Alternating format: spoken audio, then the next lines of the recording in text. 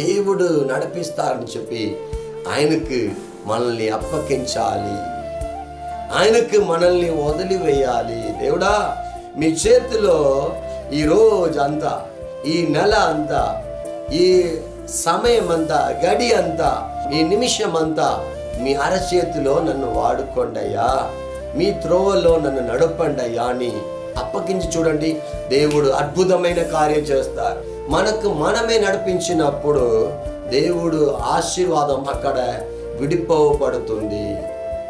అటువైపు చూడొద్దు, పరిగెత్తిపోతారని చేతులు పట్టుకుంటున్నారు. ఇటువైపు చూడొద్దు, పడిపోతారని చేతులు పట్టుకుంటున్నారు. హల్లెలూయా. ఆయన వైపే చూస్తామా? ప్రియమైన దేవుని బిడ్డలారా, ఆయన వైపే చూడండి.